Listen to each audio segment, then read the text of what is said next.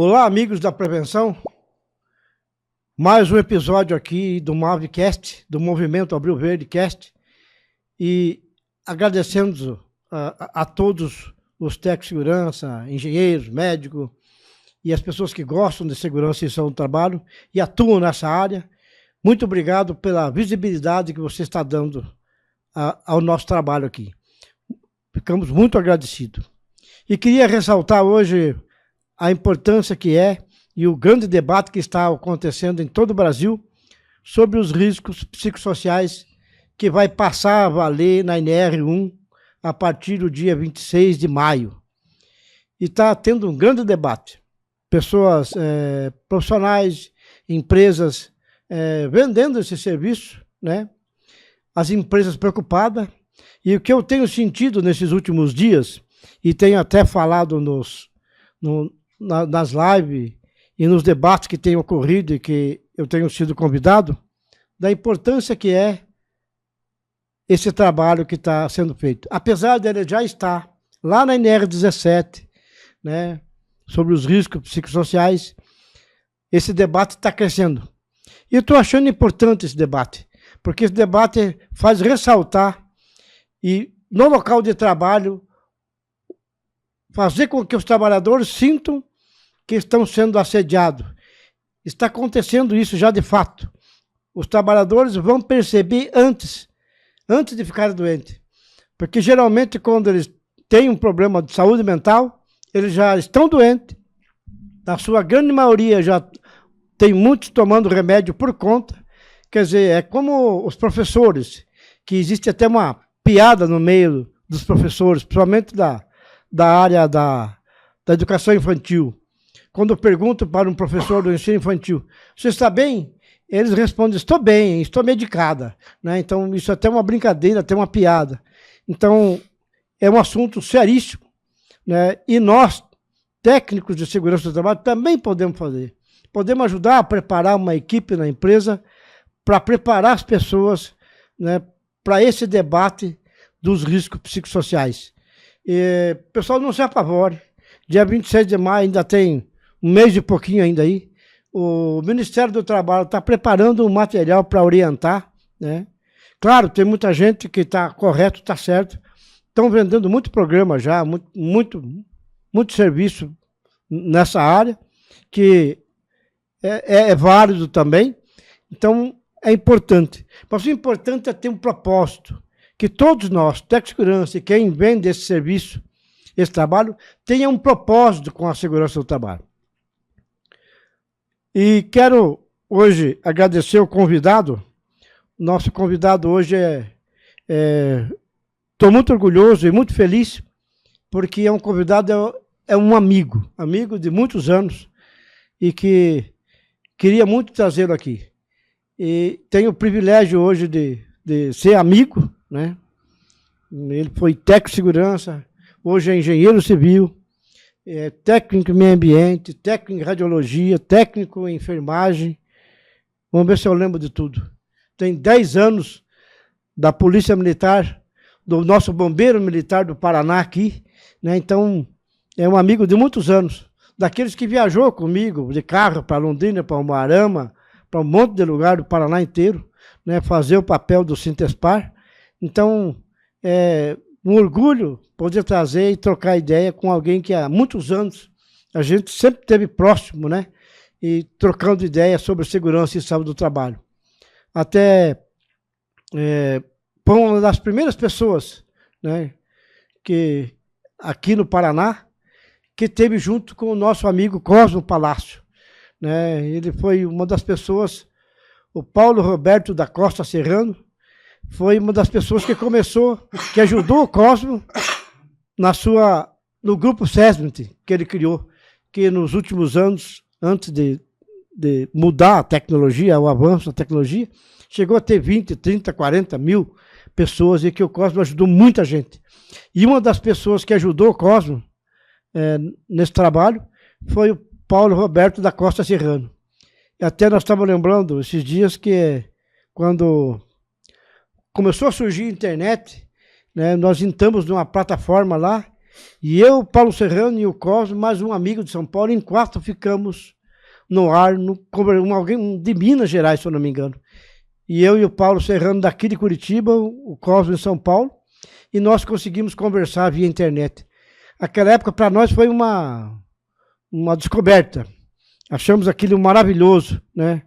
A gente não tinha nem ideia que ia surgir o WhatsApp e outras plataformas aí, né, de comunicação na essa área da tecnologia que criou tantas formas de comunicação na nossa sociedade.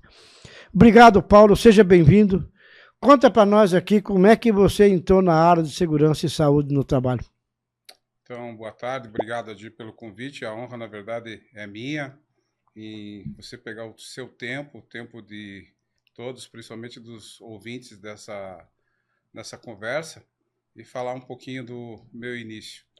No meu início na segurança eu fui muito feliz, porque eu sou oriundo de uma parte do segmento da segurança pública, que é o Corpo de Bombeiros da Polícia Militar do Estado do Paraná, onde o meu pai também era integrante.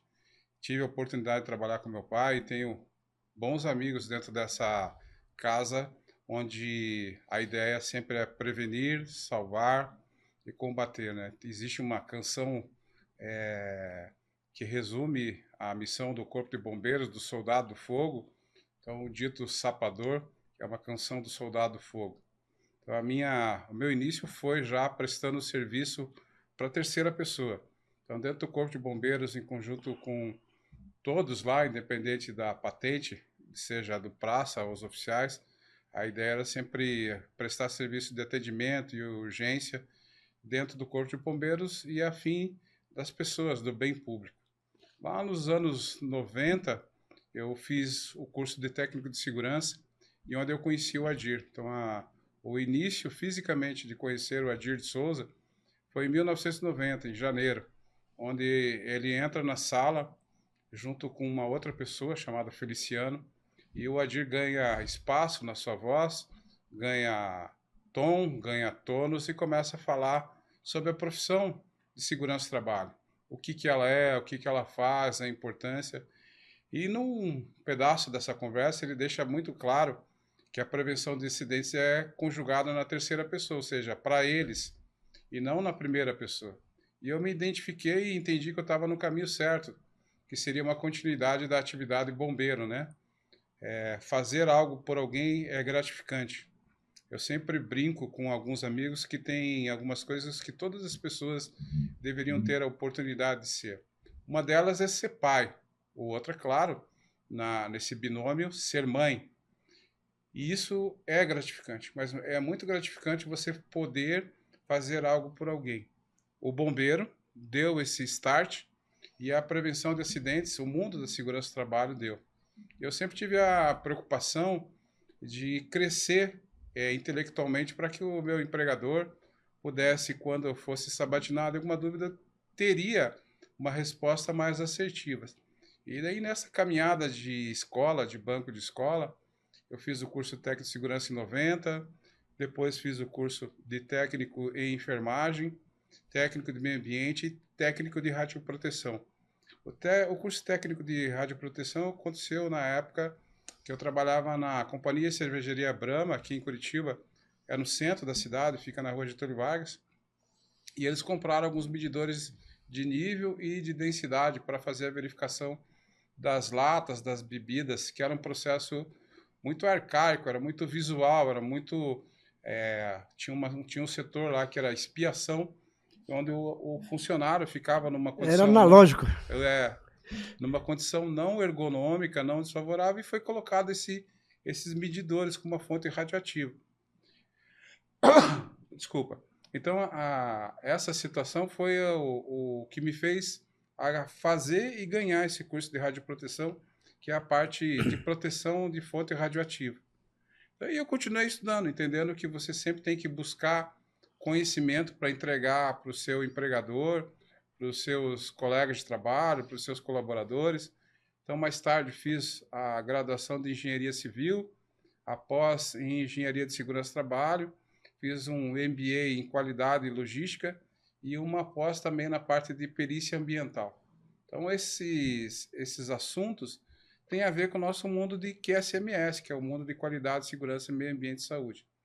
E igual a muitas pessoas, eu tive o privilégio de trabalhar em boas empresas, empresas gigantes, não só no sentido de espaço físico, mas de mente, dentro das obras do PAC 1 e do PAC 2, trabalhar dentro de empresas de envasamento de gás, construção civil pesadas, obras de infra, trabalhei em Mariana, em obras de barragem, mas independente, pessoal, do segmento que eu atuei, uma peça fundamental era o ser humano, o indivíduo, a pessoa lá.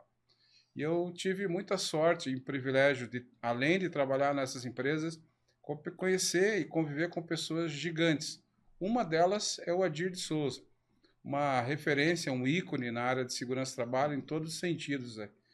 Eu brinco às vezes com ele que ele é um verdadeiro Dom Quixote da prevenção aí. Está sempre derrubando alguns castelos, construindo, mas está aí numa situação incansável de ajudar o indivíduo na primeira pessoa, mas ajudar os indivíduos na coletividade. E junto com a Adir eu conheci um outro professor, outro grande ser humano também, amigo do Adir, chamado Paulo Afonso.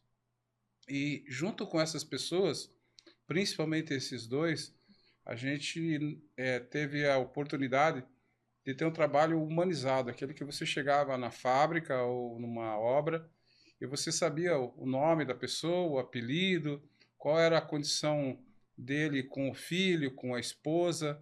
Existia uma situação muito par a par, né, de não impessoalidade. Isso era muito bom porque se conseguia muitas coisas na segurança. Você tinha uma proximidade das pessoas ao ponto de convencer e mudar o comportamento delas. Então, nós, prevencionistas, nosso grande papel todo dia é mudar o comportamento. E a gente está atravessando esse momento agora, de novo, que é a questão da legislação, da relação do PGR psicossocial, onde o foco, a espinha dorsal dele, é tentar entender o comportamento dessa pessoa, desse ser humano, desse indivíduo. E mais do que papel, mais que documento, é lembrar desse indivíduo como pessoa, como ser humano, a tratar ele realmente como ser humano. Documentos são importantes, folhas coloridas são importantes, softwares são importantes, mas nessa caminhada que começou lá em 83 no Corpo de Bombeiros e depois, mais tarde, com o curso de técnico de segurança em 90, é lembrar que existe uma pessoa atrás desse crachá, desse uniforme, que ela precisa ser escutada, que ela precisa ser amparada, e está provado que o ser humano tem essa carência, tem essa necessidade de contar. E acho que uma das coisas que a nova legislação, ou melhor, esse novo adendo que a NR traz, é um grande plus para essa situação, que você recuperar esse contato ombro a ombro com esse trabalhador, com essa pessoa. Porque você pode Você vê importante dos riscos psicossociais, você vê com muita importância isso. Muito importante em todos os sentidos. Porque a gente tem que tentar separar o que é esse risco psicossocial criado fora do ambiente de trabalho e dentro do trabalho. Esses dias falando com um amigo que trabalha numa multinacional, eles estão fazendo um trabalho de mapeamento psicológico já há quase 2 anos. E uma coisa que assustou no trabalho deles é que mais de 80% dessa força de trabalho dessa empresa está comprometida psicologicamente com a questão do tigrinho. Muitos deles estão endividados aí com o jogo tigrinho e isso vai impactar no trabalho. Então, como é que você divide uma situação de fora do trabalho, dentro do trabalho, falando da mesma pessoa? Então, você faz um questionário onde você faz algumas perguntas. Você se considera com uma carga excessiva de trabalho? Você se sente à vontade? Você tem autonomia? E quando ele responde, e isso gera uma amostragem significativa daquele grupo, e a resposta é sim, aí vem a grande preocupação, porque significa que aquele indivíduo, aquele trabalhador, aquele colaborador já está doente. E isso vai em conjunto com essa estatística que diz que 80% das patologias em geral são de fundo emocional. Então, isso mostra que a gente tem que resgatar esse contato ombro a ombro, que no meu caso foi ensinado, foi demonstrado, foi exemplificado na figura do Adir e desse bom amigo Paulo Afonso Muma. Então, são pessoas que são ícones, sempre serão, pelo esse trabalho da não impessoalidade, respeitando e conversando com cada indivíduo, como volto a repetir, nessa questão ombro a ombro. Então, mais do que software, planilhas, é lembrar que esse colaborador, esse colega, esse indivíduo que está no trabalho, realmente precisa ser tratado como ser humano. Acho que a gente precisa retomar essa questão da humanização da segurança do trabalho, independente do segmento econômico, seja a construção civil, seja uma empresa química, seja uma empresa petroquímica. E é muito feliz o legislador, o mentor intelectual que refez, ou melhor, que fez esse aditivo na norma, falando agora de um risco que é presente não só no trabalho, mas também fora do trabalho. Uma importante que... Foi até bom você falar isso, fez eu lembrar aqui. Uma importante fato que aconteceu dos riscos sociais é trabalho importante da CTPP. A Comissão Tripartite Paritária tem um papel importantíssimo. Foi ela que ficou cobrando, já cobrou ano passado, quando foi feito a 17, não houve possibilidade de incluir, né? A bancada patronal na CTPP não concordou, e a bancada dos trabalhadores na Comissão Tripartite Paritária Permanente, e não porque eu faço parte, né? Mas é porque eu conheço há muitos anos dentro da Comissão Tripartite, né? O titular hoje é o meu amigo Maradona, é o Aston dos Santos, conhecido como Maradona, que representa a UGT hoje e coordena a bancada dos trabalhadores, né, onde está as centrais sindicais representando. Então, é importante ressaltar isso aqui, até para a galera que vai ver esse podcast aqui, para saber que essa é o movimento sindical, né, que se deve ao trabalho dos riscos psicossociais, está em evidência hoje. Essa aí é trabalho das centrais sindicais e do movimento sindical brasileiro. Então é importante a gente ressaltar isso, né, para o pessoal, às vezes, fala mal do movimento sindical, sem saber por quê, porque alguém falou e ele entra na onda, né? Então é importante ressaltar isso. Eu acho que os conselhos como o CREA, Conselho de Psicologia, devem maximizar suas ações nessas ações relacionadas a essa questão do psicossocial. Desenvolver treinamento, cursos, em sessões acessíveis a toda uma camada de profissionais, para que, com isso, essa situação se potencialize. Então, é uma grande e excelente oportunidade para o Conselho de Psicologia, dentro do Conselho de Medicina, os profissionais que são os psiquiatras, desenvolver treinamentos, abordagens nesse aspecto, e também os demais conselhos, para que haja uma movimentação em toda a sociedade organizada que esses conselhos representam, para que dessa forma a gente comece a alavancar e, numa linha exponencial, melhorar essa questão não só de humanização, mas ficar atento com essa alteração de conduta, que pode ser uma esquizofrenia, pode ser uma depressão. É conhecido da área de saúde ocupacional e da parte do RH, o CDF, e ali no CDF é colocado alguns códigos que contemplam essas patologias de ordem psicossocial. Então, mais que um questionário, mais que um software, mais que um documento, é lembrar que por trás desses papéis, que são importantes, tem um indivíduo, tem um trabalhador, tem um pai de família. Fazendo uma continha rápida e rasa, uma empresa com 500 funcionários tem por trás uma família padrão, pai, mãe e filho. Então, todos aí que são bons de matemática, 500 vezes 3, são algumas pessoas que estão impactando ou se impactando com esse ambiente que pode ser interno e externo. Então, é algo que nós, prevencionistas, precisamos tratar, cuidar e se qualificar. E ter muita atenção e muita preocupação com essa busca desse conhecimento e na entrega para a sociedade que realmente tenha lastro, que seja coerente, tenha peso, e não sejamos vítimas de algumas empresas que vendem algo e não entregam realmente aquilo que é divulgado, né? Infelizmente, ainda a gente tem as pessoas que se aproveitam, tem os oportunistas, mas na contramão a gente tem muitos profissionais sérios, empresas sérias, que querem fazer a mudança.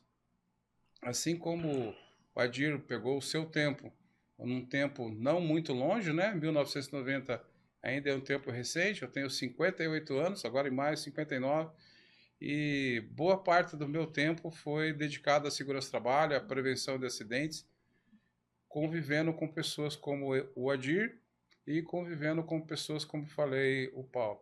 É claro que para quem está observando a minha apresentação, a minha menção é essas duas pessoas, não que as outras que eu conheci não fizeram e tiveram peso na minha trajetória, mas essas duas pessoas realmente foram e são referências nessa conduta preventiva, nessa preocupação com o indivíduo.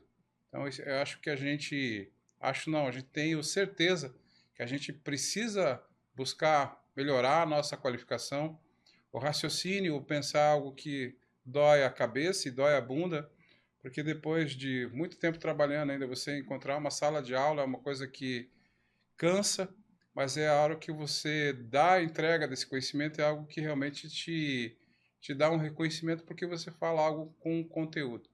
Uma pessoa que é técnica em algo, uma pessoa que tem uma formação acadêmica, ele não pode achar nada. Achar é o leigo. Quando você é técnico em qualquer coisa, seja de nível médio ou de nível superior, você tem que ter uma certeza, você tem que ter o embasamento. E eu tenho certeza absoluta que esse movimento do Abril Verde é algo que está permeando todos os estados, acredito que até fora do nosso país, porque ele fala de Angola. algo... Angola. Criamos há 3 anos já em Angola. Então, Movimento Abril Verde. Que é algo que faz o que eu já comentei lá no início, né? Sobre a mudança de comportamento. Só que para mudar comportamento, você tem que ter conhecimento. Conhecimento você busca em treinamento, escola, e você entregando isso, você consegue mudar a opinião do indivíduo e de uma sociedade. Mas se o movimento que a gente está vivendo seja norteado pelo movimento que o Adir é o precursor, né? O Abril Verde, e em conjunto com essa oportunidade que está vindo agora, a partir do dia 26 de maio, que é esse plus da NR1, vai mudar muito o nosso cenário comportamental, independente do segmento da empresa. Mas, para isso, reforço a busca constante da informação, do conhecimento. O japonês tem uma frase, uma fala, que é a dojo. Quando você pergunta o que é isso, é buscar o conhecimento. Treinar uma pessoa, segundo a cultura japonesa, você treina um bicho, um animal, para ele pular algo, para ele fazer uma apresentação. O ser humano a gente educa, o ser humano a gente transforma com conhecimento. Então, usando esse termo, essa fala do Jô, todos nós temos que buscar conhecimento todos os dias, principalmente para mudar a nossa opinião e interagir no comportamento desse indivíduo. Com essa equação, a gente vai minimizar acidentes e incidentes e vai estar, com certeza, atuando na base da pirâmide de Bird, ou seja, aonde realmente acontece a situação. Isso é realmente prevenção, quando você atua na base. E uma coisa que é provado, e todos vocês que estão vendo têm certeza, o acidente, a ocorrência, a divergência, ela acontece em função da alteração do comportamento da pessoa. E se esse comportamento começou na casa desse indivíduo, por uma briga, uma questão de bebida, uma dívida, com certeza ele vai carrear e vai trazer para o ambiente de trabalho. Então, essa avaliação do risco psicossocial é de suma importância, vai crescer, e tenho certeza que esse assunto vai fomentar muitos comentários e vai buscar e fazer que com vários prevencionistas aí corram atrás ou busquem se aprimorar e buscar conhecimento para interagir nessa nossa comunidade prevencionista aí. Paulo, muito legal, muito bom. Você que trabalhou muito no bombeiro, e nós chegamos até a trabalhar nessa área, palestra, primeiros socorros, né? Como é que você vê hoje né? Hoje eu não tenho, né? Eu criei brigadas, brigada na Antártica fui eu que criei, né? E inclusive o coordenador da brigada lá virou técnico de segurança, o Ivo Amaral, Opa. né? Virou empresário na área de segurança do trabalho também, muitos anos de Bosch, e depois virou empresário. Hoje em dia é o irmão que cuida, né? O Juraci, se não me Acho que engano. é isso. E o Ivo tá lá na cidade natal, lá criando boi, cara. Ele, o Oliveira, lá em Campo Mourão, Piabiru, aquela região lá, criando boi. O Daniel, e botou o Oliveira lá em Campo Mourão, colocou o Daniel, fez o filho fazer engenharia e o filho que cuida da empresa hoje em dia. Então, a gente aproveita aqui para fazer um resgate, né? E você falou do Paulo Afonso Milman, que era conhecido e é conhecido até hoje, né? Ele faleceu há alguns anos, esse amigo, e era conhecido como Paulo Companheiro, porque ele chamava todo mundo de companheiro. E nem estava no sindicato ainda, ele fez parte do nosso sindicato dos técnicos de segurança do trabalho, e nós trabalhamos juntos na barragem Foz do Areia. Então a gente aproveita aqui que a tua visita aqui, Paulo, para a gente resgatar e mandar um abraço para essa galera antiga, a turma antiga da área de segurança e saúde do trabalho, essa turma que plantou a segurança e saúde do trabalho, né? E eu queria que você falasse, você conhece muito melhor que eu, essa área de prevenção e combate a incêndio. Eu não sei como é que está hoje nas empresas, formação de brigada, né? Tem o bombeiro civil hoje em dia aí, né? Existe o sindicato dos bombeiros civis, o Toninho, que é presidente do sindicato, que é meu amigo, inclusive, né? Então, muitos técnicos são bombeiros civis, até eles colocam, aqueles mais apaixonados, né? Colocam no WhatsApp lá no status que é bombeiro civil, depois de técnico de segurança, né? Então, ele se sente melhor, né? Essa paixão, né, que é a prevenção e combate a incêndio, né? E eu não sou contra, eu faço a brincadeira, mas eu sou muito contra, porque eu fui muito apaixonado por essa área de prevenção e combate a incêndio. E convivi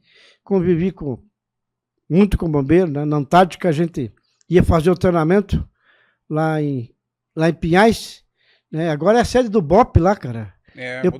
Eu passei esses dias lá onde era o centro de treinamento do bombeiro, lá em Pinhais, e vi lá, passei com o carro devagarinho para ver a sede do BOP. E lá era o centro de treinamento. E quem cuidava lá era o Cabo Alberto. E o Cabo Alberto tinha um apelido muito carinhoso de Cabo Cacetete. Então, nos anos 80, nos anos 90... Você conheceu ele do tempo... foi teu colega de farda. Foi instrutor de farda e nessa época de 80, 90, as escolas passavam na sua formação pelo campo de adestramento ali em Piraquara, ali. E o Cabo Alberto era o mentor desse adestramento. Hoje virou, como você falou, uma instituição do BOP, mas por muitos anos foi usado no adestramento do bombeiro, na formação, não só do curso de soldados, mas de outros cursos de cabo, sargento, do curso de cadete da Academia da Polícia Militar. Passaram muitos alunos ali, não só naquele local, mas também pelas mãos do Cabo Alberto, o Cabo Cacetete. Cabo Cacetete. E como é que está hoje nas empresas? A prevenção e combate a incêndio, o técnico tem feito, ele monta a brigada, ele faz o trabalho? Eu noto assim, Edir, que é um segmento que as escolas criaram várias escolas aí para a formação do bombeiro civil. Isso é importante, principalmente no sentido de prevenção, que se você tem um profissional foco preocupado com essa questão de incêndio, é algo que é difícil não falar sobre prevenção de incêndio sem a gente relembrar da ocorrência da boate Kiss. Então, aquela situação poderia ter sido evitada e muito, em todos os sentidos, se tivesse alguém com a preocupação pela prevenção do incêndio. Então, essas pessoas que acredito que boa parte são técnicos de segurança, são prevencionistas, que fizeram esse curso de bombeiro civil, isso só vai agregar na prevenção de incêndios, na minimização de um risco de uma situação de incêndio, numa catástrofe, onde você perde a sua casa, perde um shopping, perde uma empresa, e o incêndio, ele é difícil, ele não destruir tudo. O que o fogo não destruiu, a água fatalmente vai acabar destruindo. E até no processo de rescaldo, é um processo delicado. Por mais equipamentos modernos que se tenha hoje, aparato, a relação natureza, água e fogo, ela é totalmente imprevisível. E a estrutura vai acabar colapsando, vai ser condenada e vai ter que ser feita alguma coisa. Uma situação clássica de incêndio é o terminal da Moca, da Ultragás de São Paulo, onde houve um incêndio num carrossel e esse terminal totalmente perdido, teve alguns botijão, chamar assim como o leigo fala, né? Algumas unidades que foram projetadas a várias distâncias, alcançando e atingindo carros, casas que estavam na região, e até onde eu tenho informação, a Prefeitura de São Paulo e o próprio governo não liberou essa instalação de novo, esse espaço físico, para ser uma unidade de engarrafamento de GLP. Só lembrando, né, o quanto que é perigoso Que ano que foi isso aí, mais ou menos? Eu não lembro. Eu acredito que foi lá pelos anos 80, nos anos 90. Aí. É. A gente, com certeza, se for no YouTube lá digitar incêndio da Ultragás na Moca, lá a gente vai ver essa ocorrência. E a gente, aproveitando e falando dessa questão de prevenção de incêndio, a gente tem que lembrar uma relação matemática. Todo mundo deve ter, no mínimo, na sua casa, um P13, um botijão de 13 quilos de GLP fase líquida. A ideia dessa continha é simples. O poder calorífico do GLP ele é altamente considerado. 1 kg de GLP gera aproximadamente, poder de calor, né, 11.450 kcal. É muito calor. Por isso que em regiões de periferia, baixa renda, existem algumas improvisações de moradia, né, barraco mesmo, e onde existe a presença do GLP, na maioria das vezes acaba não sobrando nada. Mas essa fala desse poder calorífico é uma fala de preocupação, que realmente ele é bom economicamente, né? Por exemplo, uma padaria, para uma churrascaria, ele tem um alto poder energético, mas ele também tem uma grande preocupação na prevenção. Então, quando a gente faz a analogia do bombeiro civil, ou do técnico de segurança que migrou para esse conhecimento, tem alguns técnicos de segurança, alguns profissionais da área de segurança, técnicos, engenheiros, médicos, enfermeiros, que após o seu curso de graduação, de formação, de especialização, acabaram indo para a área de incêndio, fazendo esse curso de bombeiro. Alguns foram para a área de altura, da NR35. E, enfim, é uma afinidade que cada pessoa tem. Mas nessa situação de prevenção do incêndio, você tem hoje as escolas formando essas pessoas. Você perguntou sobre a questão do bombeiro, é importante, é válido. Eu acho que a gente tem que repensar na questão de reciclagem, de em quanto tempo essa pessoa está fazendo o treinamento e como é que acontece isso, qual que é esse campo que ele está fazendo essa reciclagem, quem que é o corpo da docência que está aplicando isso daí, para que a gente tenha realmente a eficiência desse profissional.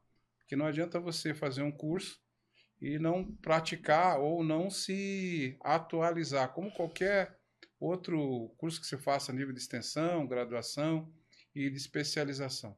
Mas é algo muito válido porque você fomenta essa preocupação com incêndio. Dá um exemplo. Numa fábrica, você tem vários quadros, painéis elétricos. E aí você não sabe se lá dentro tem calor ou não tem calor. E você, através de um termógrafo, você pode, de forma externa, sem abrir a tampa, ver se existe um espectro de calor. Então, aplicando a termografia, você consegue fazer prevenção de incêndio. E aí fica uma pergunta. Para os bombeiros civis que estão em vários segmentos, em várias empresas, quantas na sua ronda fazem essa manutenção preditiva dos quadros elétricos onde tem energia usando desse recurso do termógrafo, que é algo para fazer prevenção de incêndio. Você não fazendo, você vai fazer o... Vai passar lá no armário, abre o armário e vai usar o equipamento. O aparelho você projeta ele, né, aciona ele na frente do equipamento e ele no display dele te dá um espectro de calor. E você diz, opa, então o que significa aquela alteração no espectro? Que aquele cabo de energia ele está mal conectado, está frouxo e está tendo vazamento de corrente, de tensão, de energia. Aquilo lá pode ser um princípio de incêndio. Então, uma ação preventiva desse bombeiro que está em qualquer empresa é fazer isso. É uma prática Preventiva. coerente, preventiva e com certeza algo que vai evitar um sinistro considerável. Legal você falar dessa área de incêndio, porque eu lembro que eu montei uma palestra uma vez, eu acho que até tenho material ainda, e agora está muito mais fácil, né, com a internet, desde o Circo de Niterói, né, que foi na década de 60, se eu não me engano, né, o pessoal quintou de ratão no circo, depois, acho que eles foram pegos, depois foram lá e colocaram incendiaram o circo, e morreu muita gente, né, depois, Joelma, Andraus, em São Paulo, 72, 74, e o edifício Andorinha, né, então, esses incêndios, né, que ensinaram infelizmente, né, com essa tragédia, o Bombeiro de São Paulo foi aonde o Bombeiro de São Paulo viu os problemas que tinham e se especializou, e Bombeiro de São Paulo e do Paraná, do Brasil inteiro, foi para fora, foram pesquisar mais, né, e melhorou, né, capacitaram cada vez mais de equipamentos, o Bombeiro do Brasil inteiro. Essas tragédias, principalmente o Joelma e o Andraus, né, que eu tive lá em São Paulo ano passado com o Valério, um evento que estava lá em São Paulo, daí eu mostrei para ele, sabe que é aquele prédio lá, na Praça da Bandeira, mostrei o prédio lá, aquele lá, o edifício Joelma. Isso é mesmo, digo, é. Eu até fiz um vídeo, eu tenho um vídeo que eu fiz lá para que os técnicos de segurança, que todo mundo acho que viu, né? Que nem aquele filme Inferno na Torre, né? Bem na época que eu fiz o curso de supervisor de segurança, foi que surgiu aquele filme Inferno na Torre. Eu acho que eu assisti umas 10 vezes aquele filme Inferno na Torre, né? Então, a gente sabe até decora a fala do filme. E, claro, depois, quando eu entrei para Fundacentro, essa área de incêndio não ficou mais no meu foco, né? Porque o foco de trabalho na Fundacentro era outro, né? Mas eu nunca deixou de ser uma paixão a área de prevenção e combate a incêndio, né? A nossa época, eu lembro que a maioria dos supervisores de segurança que tinha os equipamentos, teve uma época que mudaram as mangueiras aquela de 1,5 polegada para de 2,5, uma legislação aí, as empresas trocaram as mangueiras, e daí a gente ia emprestar o pitô lá do Major Pombo, a única pessoa que tinha o pitô era o Major Pombo lá do Corpo de Bombeiros. A gente ia emprestar o pitô dele para avaliar lá a capacidade de quantas libras tinha cada mangueira, né, na saída de cada mangueira, a capacidade, como é que estava lá, para avaliar. Até para a empresa mandar para as seguradoras. Ele é um aparelho, um recurso para a gente realmente verificar a pressão de carga manométrica da linha, porque ao curso de toda a linha, de toda a prumada de incêndio, você tem uma perda de carga por N situações, desde posição física da tubulação, calor, frio, questão de bomba. Então ele tem essa propriedade de verificar essa pressão que está chegando no final da linha, Tá ou no seja, bico. na ponta do hidrante, do esguicho, para ter certeza que aquela coluna manométrica que foi desenhada para atender o risco da empresa realmente faça o combate ao incêndio. Uma coisa que a gente tem que lembrar, né? Extintor, princípio de incêndio. Esguicho, mangueira, linhas armadas, linhas de ataque, linha de recuo, linha de proteção, efetivamente combate ao incêndio. Mas o que nós queremos como prevencionista é sempre a prevenção dessa situação, ou seja, atuar na prevenção. Como exemplo, falei da pirâmide de Bige, essa ação desse profissional do bombeiro civil, a exemplo de verificando essa questão termográfica dos equipamentos, vai ajudar e muito. Seja uma madeireira, seja uma montadora, seja uma empresa química, é a questão da prevenção. Nós, prevencionistas, acreditamos numa situação que é o grande pano de fundo. Todo acidente, toda ocorrência pode ser evitada, desde que a gente se planeje, se organize, não vai acontecer. Por isso que existem as campanhas aí de 0 acidente. A gente tem uma métrica que ela é inversamente proporcional à produção. uma produção de qualquer segmento, seja madeireira, seja a indústria do automóvel, ela quer ter uma crescente. A nossa curva, a parábola é para cima ali do eixo X. A nossa é para baixo, é negativa.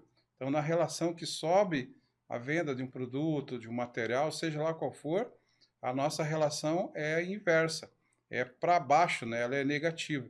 Então, por isso a questão da segurança, falar e ter algumas placas, campanha e literatura, acidente zero, porque todo acidente pode ser evitado, toda ocorrência pode ser evitada. Basta a gente ter conhecimento. Vou ser incisivo nessa busca do conhecimento, dessa relação que eu comentei do dojo, que todos nós, como prevencionistas, precisamos buscar conhecimento, ter eloquência e falar com aquele indivíduo um por um para que ele mude comportamento. O nosso grande papel na sociedade hoje é isso. Amanhã, quando a gente levantar, se olhar no espelho, a grande proposta é mudar comportamento. Começa com o nosso e começa no coletivo. Como eu falei lá no início, nosso trabalho é pensando na terceira pessoa, que aquela pessoa, o João, a Maria, aqui numa situação de exemplo inanimado, lembrar que eles têm família e são importantes para toda a estrutura familiar. E não somente focar na questão de papel, documento, como estou sendo repetitivo. Documentos são importantes, são necessários, muito necessários. Tem que existir essa questão de gestão documental. Mas não esquecer da pessoa, dessa humanização. E é isso que a NR1 está resgatando ou está reforçando com essa alteração, mudança, aditivo. Aí fica a critério de cada um como quer chamar essa grande oportunidade de fazer um trabalho de avaliação e reconhecimento e tratar dessa pessoa, para que essa estatística que a gente hoje conhece, que é apresentada, que 80% das patologias têm fundo emocional, de comportamento, que ela vá para essa abscissa negativa, que ela seja inversamente proporcional à questão de produção. Isso só faz com conhecimento. Tem alguns colegas da área de segurança do trabalho que sempre estão estudando, pesquisando, são verdadeiros devotados para mudar não só o comportamento de todos, mas como o seu. Então, a minha aposta, e aproveitando esse momento da conversa com você, Adir, é falar nessa caminhada, buscar informação. Muitas vezes você tem que fazer um resumo para passar para o colaborador, para o funcionário, para essa pessoa que está na ponta da linha produção lá, que lembrar que essa pessoa começa com problemas na casa dele, num terminal de ônibus, numa igreja, e ele, quando chega no trabalho, a gente tem que tratar ele de uma forma diferente. Acolhedora, né? Acolhedora. Foi legal até você falar do papel, Paulo. Eu até lembrei aqui de uma coisa que você conhece e que em todos os episódios aqui nós não falamos ainda, que é sobre o PPP, o Perfil Profissiográfico Previdenciário, né, que quando ele apareceu, nós fizemos um curso do sindicato e você foi o professor do curso, quando ele era só no papel, né? Eu até agora, esses dias, mexendo nas coisas lá em casa, achei aquela apostila que a gente fez e que você... E foi lá no Senac, né? Foi no Senac. Fizemos vários cursos lá no Senac aqui em Curitiba, na rua André de Barros, a sede central do Senac aqui em Curitiba. Inclusive, terça-feira, dia 16, eu vou estar fazendo uma palestra lá no Senac, na faculdade do Senac agora, lá no Portão. Maravilha. Local bonito, está todo mundo convidado. Não sei se acho que vai pro ar, não vai dar tempo do pessoal tá vendo isso aqui, mas... e eu queria que você falasse um pouquinho do PPP. E, Eduardo, eu esqueci de falar dos patrocinadores. Posso falar agora no meio aqui que eu lembrei, né? Então, agradecer os nossos patrocinadores aqui, que é o João Carlos Figueira, lá de Chapecó, que é os Amigos da Prevenção. Ele era um outro nome da empresa dele, ele alterou para Amigos da Prevenção. Achei legal essa ideia. E o JMF, que é o nosso amigo Juliano Ferreira, aqui de Curitiba, que tem um centro de treinamento aqui para trabalho em altura e espaço confinado. É uma das pessoas que mais conhece no Brasil dessa área de de acesso por corda, né? Ele faz parte da ANEAC, que é a Associação Nacional de Acesso por Corda. Ele é da direção da ANEAC. É uma pessoa que eu tenho muito carinho e respeito. Ele esteve aqui. Estamos começando a divulgar o vídeo dele. E o Olívio, lá de Pato Branco, que tem um centro de treinamento lá, e máquinas pesadas, e empilhadeira, e muque, né? Guindalto, né? Que é o nome correto. Né? Ele tem feito o treinamento toda a região lá de Pato Branco lá, e é uma pessoa que eu tenho muito carinho, porque ele era técnico de segurança de uma metalúrgica lá, né, em Pato Branco. Foi indo, ficamos amigos, porque ele ligou para mim brabo, brigando, porque tinha um problema lá em Guaraniaçu, de um hospital, e a gente arrumou a fiscalização no hospital onde a mãezinha dele trabalhava. E arrumei a fiscalização lá no hospital, e assim a gente ficou amigo. Você vê como é que é a vida, né? E ele teve várias vezes aqui. Então, a esses amigos aí, meu muito obrigado, carinhosamente. E eu queria que você falasse, Paulo, um pouquinho do PPP. Pode até falar que nem o Jô Soares, pode falar olhando para mim aqui, que a máquina pega lá. Tá bom. Então, assim, eu não conheço todos esses patrocinadores, mas também agradeço essa ação deles em patrocinar esse momento. Ou seja, a gente está falando e divulgando algo que a gente gosta e conhece, que é a prevenção de acidentes dentro de um universo macro, né? Então, obrigado a essas pessoas que você citou. Entre eles, o... Até de prevenção combate a incêndio, né? Eu estou tentando trazer o Elias aqui, que o Elias é para quem não conhece, Elias Martins, é auditor fiscal do Ministério do Trabalho, foi delegado do trabalho. Estou tentando trazer ele aqui, acho que até vou fazer um corte desse aqui para ver se ele vira patrocinador. Porque é o dono da Stimpag, uma das maiores empresas do Paraná na área de prevenção e combate a incêndio, treinamento nessa área. Tem um campo de treinamento aqui, sensacional aqui em Curitiba. Né? E eu quero trazer o Elias, porque o Elias, pouca gente sabe, o Elias foi o primeiro presidente da nossa associação em 1981, que ele era agente do Ministério do Trabalho, que era o nível médio, né, antes do fiscal. Antigamente nem existe mais esse cargo, foi extinto do Ministério do Trabalho, que era o agente fiscal, que era um profissional de nível médio do Ministério do Trabalho. E depois se aposentou como auditor fiscal do trabalho. E é nosso amigo do coração aí, e queremos trazer este Stimpag aqui para dentro da... Com certeza o Elias vai, porque ele é gigante na sua história e na sua postura como prevencionista. E quando a gente fala do Elias, a gente tem que lembrar uma coisa, principalmente aos bombeiros, aos bombeiros militares, bombeiros civil. O Elias, a Stimpag, foi a primeira empresa, talvez a única, que coordenou as competições de brigada. Então era algo que acontecia em algumas empresas e existia uma competição. Combitiba. Era uma coisa muito interessante, e onde as empresas participavam, era feita uma arrecadação de donativo, de situações não perecíveis, e depois era doado. Então tinha um evento da comunhão, a preparação dessas pessoas no combate do incêndio, e é lógico, a excelência de cada um. Infelizmente tinha um ganhador dessas competições, o que lograva então naquele ano recebia um troféu. Mas por trás disso daí, tinha uma ação social também, né, junto? Uma ação social e a comprovação daquela excelência, daquela pessoa, daquela brigada, daquela empresa que você tinha se preparado e tinha êxito em se lograr melhor que as outras, é lógico. Então tinha o troféu. Mas você tinha ali brincando, algo de 300, 400 pessoas envolvidas. Geralmente era no final de semana, num ambiente em todos os sentidos, de muito calor, de muita união em prol de algo que era a prevenção de incêndio. Eu acho que o Elias com certeza vai não só patrocinar, envolver, mas também é uma chamada para que a gente volte a ter essas competições, que é algo importante na prevenção de acidentes e na prevenção de incêndio de grande monta mesmo.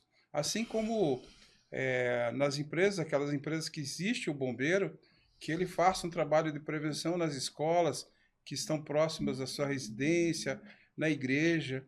Quanto mais pessoas preocupadas com incêndio, menos situação de incêndios de catástrofe vão acontecer. Então, falando do PPP, na época, em conjunto, a gente desenvolveu um material, boa parte desse material era de conhecimento público na época, né, era a legislação. A gente teve a tratativa de traduzir esse material, porque a grande dificuldade das pessoas era como é que se preenchia o PPP. O que foi no campo X, né? Isso, o que eu coloco ali? Então a gente, em conjunto, traduziu isso daí de uma linguagem um pouco mais assertiva, mais clara. E nas turmas do Senac eu lembro que uma das turmas lá, logo no início, tinha algo próximo de 100 e poucas pessoas lá, porque tinha muitas pessoas com carência de como é que preenche esses campos. Eu acredito que ainda tem hoje, independente do recurso de estar lá no Gov, do E-Social, mas ainda existe algumas dúvidas de alguns colegas ali.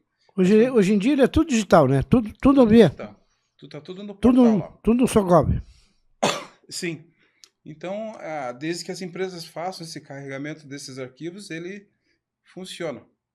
Mas na época teve uma grande quantidade de pessoas que a gente repassou essa informação, repassou esse esclarecimento para o PPP. Junto na época também tinha um mentor intelectual que ajudou a gente, o Dr. Paulo Gonzaga, que é um baluarte da questão previdenciária. Também foi uma das referências para construir e melhorar esse material que foi apresentado. Mas eu lembro que as turmas, a casa ficou cheia no Senac. Teve bastante pessoas, teve gente que veio de fora, de Curitiba, de porque fora do nos Paraná. Porque nos cursos de técnico, de formação de técnico, não ensinam, né? O PPP, não, parece. Né? Não só isso. Ele sai de lá, não, mas o específico do PPP, porque o pessoal não sabe que isso é um documento da Previdência, não tem nada a ver com o Ministério do Trabalho, né? De ordem previdenciária. Mas foi algo importante. Às vezes a gente encontra algumas pessoas na rua, em algum outro meio social, e a pessoa recorda, você foi o cara que falou para a gente lá no passado sobre a questão do PPP. Então é bacana quando você tem esse reconhecimento, a pessoa lembra com carinho de algo que você entregou e ajudou ele de forma profissional, né? Então, profissional, como você lembrou, foi uma das coisas que a gente fez em conjunto e deu muito certo. Então precisamos voltar a fazer. E voltando ao incêndio aí, né? Eu lembro que nós realizamos encontro das brigadas de incêndio, né? Naquele tempo a gente sabia quem era o técnico tal, coordenava a brigada da empresa X, a gente sabia pelo nome do técnico. Hoje em dia a gente não conhece mais o técnico. Eu ainda tenho alguns amigos ainda que a gente lembra, né? Que estão aí, o Marcon, por exemplo, está lá na Trox lá. Agora, esse dia, o pessoal tem um amigo que foi visitar ele lá, um vendedor de EPIs.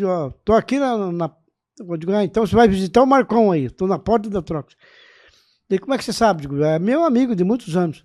Ele está aposentado e voltou a trabalhar novamente. Então, o pessoal não se relaciona mais. E é engraçado isso, né? Porque hoje nós temos uma comunicação que você pode falar por vídeo, né? Naquele tempo não existia celular, e a gente nos conhecia melhor ainda. Então é incrível essa coisa da internet, né? Sim,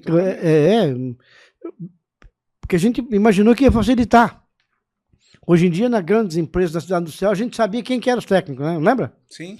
Quem era da Furukawa, quem era da New Holland, quem era Sim. Da empresa X, da Bosch, da Volvo. Eu sei porque alguns dessas aí eu sei. Mas antigamente todo mundo sabia quem que era, né? E quando saía, ficava até um zum. Por que o fulano saiu da empresa X, né? E hoje em dia não existe mais isso, porque não existe o encontro presencial, né? Por isso a importância de se reunir presencialmente, né? Para trocar informação. Que a internet acabou atrapalhando isso, né? Como como diz o caboclo, né? Todo progresso tem um retrocesso. E nessa época que você lembrou, muito saudosa, com muita propriedade, além dos encontros das brigadas, tinha os encontros nas empresas de segurança, ou seja, o profissional de segurança da empresa X, ele ia visitar o colega da empresa Y. Ia fazer palestra na CIPAT, né? Fazer palestra. E esse olhar, essa visita, seria uma auditoria daquilo que ele não está enxergando, está passando batido. Só que não ia um técnico de segurança, ou um engenheiro, alguém independente da formação. Ia uma gama de pessoas naquela empresa que dava uma rodada na empresa e era feito um relatório, um diagnóstico, e era entregue para o titular da empresa para ajudar, falar, olha, de repente você não está enxergando, até para dar força para ele, quando ele apresentava isso para o gerente dele, para o diretor. Além da integração, tinha essa visão crítica de alguém que não era residente daquele local. Ou E seja, era um negócio de companheiro, né, de amigo, né, para alertar o outro colega lá. Porque às vezes um colega de uma empresa está fazendo o trabalho, na empresa dele já resolveu um problema que eu tenho aqui, às vezes, né, ou vice-versa, né? Então essa troca é muito importante.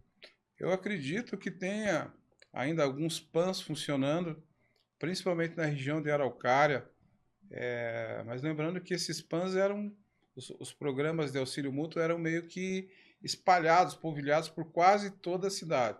Hoje eu me atrevo a dizer que se existe uma concentração, basicamente ali está entre Araucária e em algumas empresas da cidade industrial, onde a ideia é Acho que realmente Campina Grande, acho que deve ter ainda o plano de auxílio mútuo. alguma coisa com certeza. Mas lembrando que num passado não muito longe, era algo mais macro, mais presente. E a gente precisa retomar essa situação de aproximação dos pares que estão dentro desse universo prevencionista. Quem ganha são todos, desde o funcionário, o dono da empresa, a comunidade de forma geral. Isso é um ganho para todo mundo. É algo que você não consegue, na verdade, medir o quanto isso é bom. Porque a nossa profissão você não consegue, ou tem uma dificuldade de medir quanto que você fez hoje de prevenção. Porque você sai numa obra, numa fábrica e sai falando com as pessoas, sai verificando, mas no final de um dia, no final de semana, quantas realmente vidas você salvou, quantas pessoas você mudou. Você não consegue ter uma métrica, ter um indicativo realmente cartesiano, puro disso daí. Mas esse trabalho ele é verdadeiro, ele é algo que realmente você faz. Por isso que nas palestras, às vezes eu falo, né, eu mostro uma análise de acidente que eu tenho, de acidente do trabalho da década de 70, comparando com os dias de hoje. É infinitamente, absurdamente maior naquela época de 1970, né, os acidentes e doenças do trabalho, do que hoje em dia, com a massa de trabalhadores, né? Naquela época de 70 tinha uma massa de trabalhadores de 90 milhões de habitantes, né? Brasil, né? Na Copa de 70, 90 milhões em ações, né? Mas a massa de trabalhador formal era em torno de 8 milhões e meio de trabalhadores formais, você imagine. Então, hoje em dia, nós temos uma massa de trabalhadores formais de 44 milhões e mais 40 de trabalhadores informais. Quer dizer, dá mais de cento e poucos milhões de trabalhadores no Brasil inteiro. Quer dizer, é maior do que a massa da população brasileira da década de 70. Então você vê que é absurdo. E o acidente do trabalho diminuiu muito.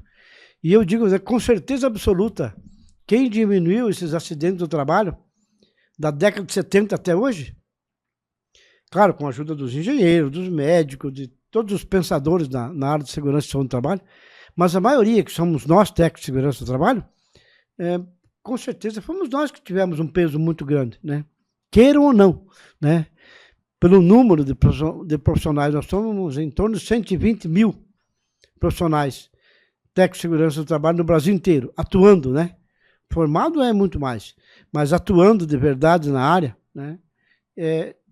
Nós somos 120 mil técnicos de segurança do trabalho no Brasil, 6 mil no Paraná, 28 mil em São Paulo, em torno de 18 a 20 mil em Minas Gerais, e daí Rio de Janeiro, e o Paraná é o quarto em número de profissionais. Então, é a importância que nós podemos fazer as mudanças, né, com ações sociais, mostrar para a sociedade a importância que tem a nossa profissão, mas só podemos fazer isso coletivamente. Do contrário, é muito difícil, né? Sim, totalmente. E até falando da profissão, né? Quando você coloca aí essa relação da quantidade de profissionais que a gente tem atuando, fora os que estão formados, a gente tem que lembrar que em breve, tenho certeza que vai acontecer a reformulação da NR4, dos outros cargos que se fazem necessários serem colocados lá. Eles já vêm atuando, não de forma oficial. Aí você tem o ergonomista, você tem alguns outros profissionais que fazem Higienista, higienistas, que fazem um trabalho de excelência, fisioterapeuta. fisioterapeutas, que fazem um trabalho sensacional em diversas empresas, mas infelizmente ainda não estão dentro da NR4. E é óbvio que você vai ter uma gama de presença maior do técnico de segurança, mesmo porque no dimensionamento da NR4 é um dos primeiros profissionais que é contratado, independente do segmento. Depois entram os outros. Existe uma relação de aumento de quadro e na medida que aumenta os colaboradores vai aumentando e criando o SESMIT. Então Você falou um negócio que fez eu lembrar aqui de falar do tecnólogo, né? Que há muitos anos eu recebo aí, né? Que enganaram os coitados dos tecnólogos, né? Dizendo que iam regulamentar, que ia ser legal. Mentiram para eles, né? E que ele ia entrar no SESMIT. E até hoje o tecnólogo não entrou. E por uma questão óbvia, não é nós, né? Eu, por mim, inclusive comentei isso na CTPP há muitos anos atrás, quanto mais profissionais, quanto mais pessoas capacitadas, habilitadas a trabalhar na prevenção dos acidentes e doenças relacionadas ao trabalho, é melhor. o ganho... Só que a bancada patronal já engole o técnico de segurança meio de atravessado, né? A obrigatoriedade, nós somos a única profissão que o empresário é obrigado a contratar. Então, é uma coisa muito... que hoje em dia acaba sendo ruim, né? Alguns técnicos, às vezes, que reclamam. Não, só estou na empresa aqui porque a NR4 exige, senão... então vamos acabar com a NR4. Eles não. Né? Mas eu acredito hoje, que já existe hoje uma gama de cultura de prevenção que o técnico de segurança não acaba. Agora, esse dia eu vi um vídeo num podcast também, né? E é até bom para comentar aqui, para a gente dar o troco, dizendo que a inteligência artificial ia acabar, que até a profissão do técnico de segurança ia acabar. Que você vai fazer um parecer, um laudo lá, você vai no chat GPT e vai dar as coordenadas e vai sair o laudo lá. Então, eu acredito, né, e eu acho que eu tenho um pouquinho de autoridade moral para falar, porque tenho, em janeiro de 2026, eu vou fazer 50 anos na profissão, de carteira, de fichado na segurança do trabalho. E com certeza absoluta não vai acabar. A inteligência artificial pode vir para corroborar, para ajudar a segurança do trabalho, para quem se capacitar para usar, né, em laudos, em relatórios, muita coisa. Hoje em dia no WhatsApp até eu estou usando já. Né, e olha que eu sou velhinho e um cara da minha idade já não usa a internet com a sua plenitude, né, aprender a usar. Então até para fazer um corte aqui, Eduardo, né, a segurança do trabalho, a inteligência artificial, a IA, não vai acabar com os profissionais técnicos de segurança do trabalho. Muito pelo contrário, vai habilitar ele, vai capacitar ele a desenvolver o seu trabalho ainda com muito maior qualidade e eficiência e rapidez. Eu vi esse vídeo também. O colega ele foi infeliz no comentário. A gente tem que respeitar a opinião, mas a propriedade que ele fala não existe, não tem teor, não tem lastro a fala dele quando ele faz essa relação da inteligência artificial promovendo o fim dessa ou daquela profissão ou da profissão do homem de segurança do trabalho. Ele foi muito infeliz nisso daí. Isso daí não existe. Citar um exemplo prático, eu estou num grupo, que são os grupos de peritos, né, que prestam serviço aqui para a TRT9, e alguns colegas tiveram a iniciativa de promover um curso utilizando a inteligência artificial para fazer laudo. Então, a gente está tendo aula de inteligência artificial para fazer laudo de insalubridade, de periculosidade, utilizando-se da inteligência artificial. Olha, e é alguma legal. coisa bacana. Existem lá no grupo colegas que ainda são da época da máquina de escrever, da Hamilton, mas aderiram e entenderam a importância dessa ferramenta que veio para ajudar. Qualquer tecnologia é uma ferramenta de auxílio, não pode ser muleta. Lembrando que a gente está sendo incisivo nessa questão do conhecimento. Conhecimento gera mudança. Um recurso, seja, por exemplo, um Google que você pergunta, ou um GPS, são ferramentas de apoio, de ajuda. Então, o teu raciocínio, ele é presente, ele é latente. Todo dia você tem que ler, procurar. O nosso mundo, ele é muito normativo. Você tem que estar atento às normas que são lançadas, alteradas.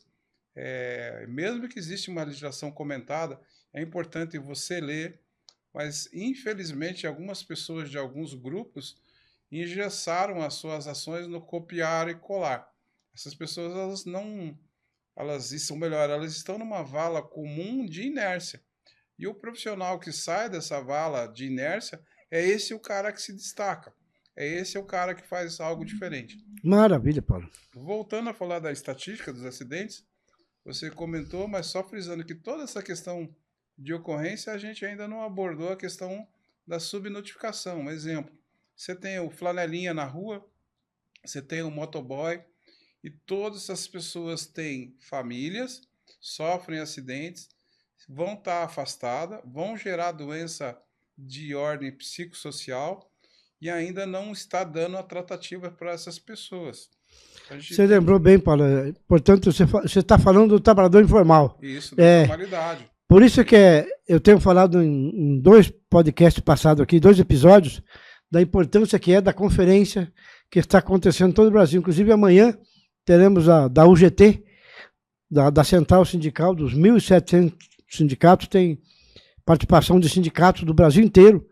Amanhã, das 13 até as 18 horas, mais ou menos, nós estaremos participando dessa pré-conferência que vai eleger delegados, né? E quando a gente fala da Conferência de Saúde do Trabalhador e da Trabalhadora, é para todos, é a integralidade da saúde, que é o Sistema Único de Saúde do Ministério da Saúde, não tem nada a ver com o NR, com norma do Ministério do Trabalho.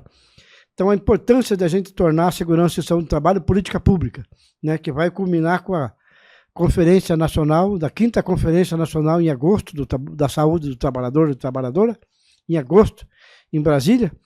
Então, para fazer isso que você está falando aqui, para a gente também cuidar desses trabalhadores informais, que é em torno, que é quase maior até, acho que do que o trabalhador formal, é em torno de 44 milhões de pessoas. E que todos eles vão para o SUS do mesmo jeito, não tendo carteira registrada, não sendo MEI, não sendo PJ, mas está lá recebendo alguma coisa, oferindo o seu ganho, o seu modo de viver para alimentar a sua família, mas também está trabalhando. Então, esse é o nosso papel maior também, de nós, profissionais de segurança, pensar maior, não pensar só ali no trabalho formal ali. E para encerrar, Paulo, agradecendo carinhosamente a tua presença, o meu muito obrigado, meu grande abraço e suas palavrinhas finais aí para a gente encerrar, e um grande abraço a todos os profissionais prevencionistas do Brasil.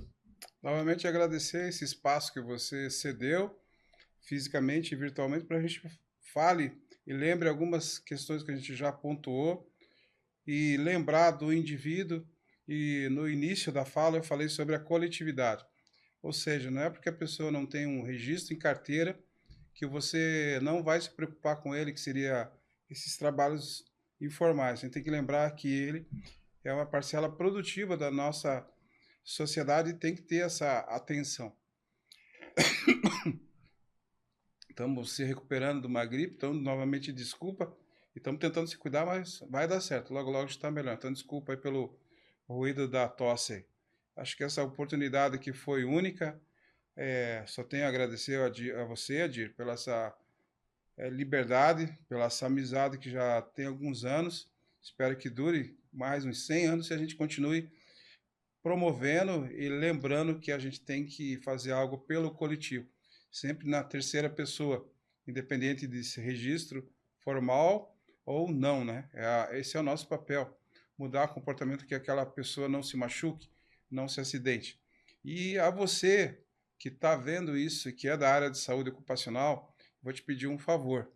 Dá uma cutucada no teu médico, na tua fono, no teu fisioterapeuta, para que eles cobrem, que eles solicitem aos conselhos de classe, que eles embarquem nesse movimento desenvolvendo treinamento, suporte para as pessoas, para o trabalhador, relacionado à questão mente, questão social mesmo, como a NR está pedindo.